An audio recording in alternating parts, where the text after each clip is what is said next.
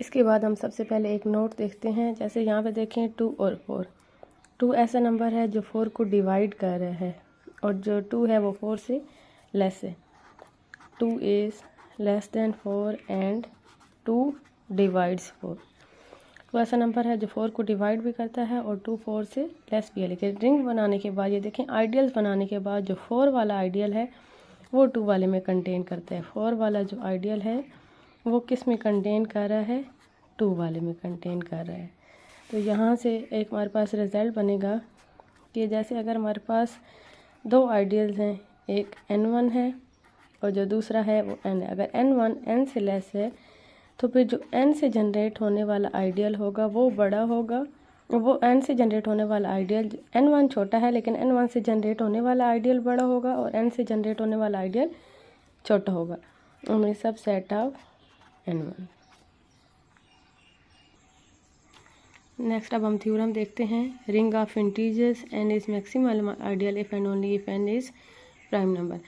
अभी हमने एग्जांपल से वेरिफिकेशन की है कि 2 और 3 जो है वो 12 के डिवाइजर्स में 2 प्राइम नंबर्स थे और जो 2 और 3 से जनरेट होने वाला आइडियल था वो मैक्सिमल आइडियल भी था। इसी को हम उसी से रिलेटेड थ्योरम करते हैं कि अगर कोई प्राइम नंबर है तो प्राइम नंबर से जनरेट होने वाला आइडियल जो है वो मैक्सिमल आइडियल होगा।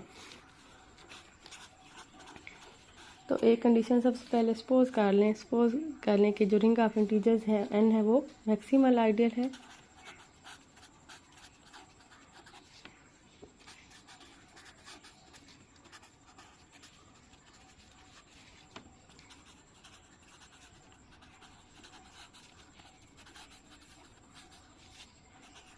We have to show that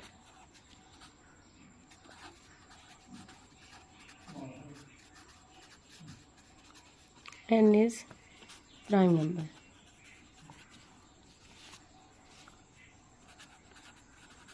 हम कंट्रेरी सपोज कर लेते हैं कि n प्राइम नंबर नहीं है बल्कि कंपोजिट नंबर है। On contrary suppose that n is not prime, देन अगर n प्राइम नहीं है तो n के 2 फैक्टर्स एग्जिस्ट करेंगे, n1 n2। ऐसे फैक्टर्स जो 1 से बड़े होंगे और n से छोटे होंगे। n1 is greater than 1, n2 is greater than 1, n1 is less than n, n2 is less than n। जैसे 6 कंपोजिट नंबर है, हम उसके 2 फैक्टर्स 2 और 3 बना सकते हैं। 2 और 3 दोनों 1 से बड़े हैं लेकिन 6 से छोटे हैं। तो हमने ये जो कंपोजिट नंबर लिए हैं इसकी ऐसी फैक्टराइजेशन कर ली है। अब इन दोनों में से कोई एक रिलेशन उठा लें, जैसे n1 के लिए उठा लेते हैं। n1 जो है वो हमारे पास n से लेस है और जैसे मैंने आपको बताया कि n1 n2 दोनों जो है इनके फैक्टर्स हैं तो दोनों n को डिवाइड भी कर रहे होंगे। n1 छोटा है तो वो n को डिवाइड कर रहा होगा। अभी हमने एक नोट लिखा था कि अगर n1 n से लेस है और n1 n को डिवाइड करता है तो जो n1 से बनने वाली रिंग होगी वो वाली छोटी होगी, लेकिन n1 जो है वो n से छोटा है लेकिन n1 से बनने वाली रिंग जो है वो बड़ी होगी, n से बनने वाली छोटी होगी। n is subset of n1। n जो है वो, अब देखें n हमने क्या सपोज किया हुआ था कि मैक्सिमल, n हमने क्या सपोज किया था कि क्या है, मैक्सिमल आइडियल है, लेकिन ये तो किसी और आइडियल में कंटेन कर गए हैं। अब ये दोनों आइडियल्स हैं लेकिन ये दोनों किसके सबसेट होंगे, आर के। n जो है वो मैक्सिमल, हमने सपोज किया हुआ था कि n मैक्सिमल आइडियल है। अगर n मैक्सिमल आइडियल है तो वो किसी और आइडियल में कंटेन नहीं कर सकता। n जो है वो n1 में कंटेन कर चुका है, तो इसका क्या मतलब है कि जो हमने सपोज किया था कि n प्राइम नहीं है, वो हमने रॉन्ग सपोजिशन ली थी। n1 प्राइम होगा। अगर n1 प्राइम होगा तो फिर n ring of integers n जो है वो मैक्सिमल आइडियल है। A contradiction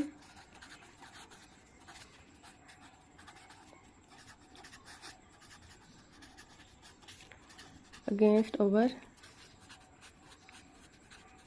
supposition n is prime number। यहाँ पे देखें हमने उलट सपोज किया था कि n प्राइम नहीं है, तो जो हमें गिवन कंडीशन थी उसकी उलट कंडीशन आ गई है। तो हमें जो गिवन कंडीशन है वो तो उलट नहीं हो सकती, तो मतलब जो हमने सपोज किया है वो गलत है। हमने सपोज किया था कि n प्राइम नहीं है, तो n फिर क्या होना चाहिए, प्राइम होना चाहिए। अब कन्वर्सली करते हैं, इसके उलट केस करते हैं। एफ एंड ओनली इफ के साथ थ्योरम था। सपोज करते हैं कि n जो है वो प्राइम नंबर है और प्रूव करते हैं कि जो रिंग ऑफ इंटीजर n है वो मैक्सिमल आइडियल है।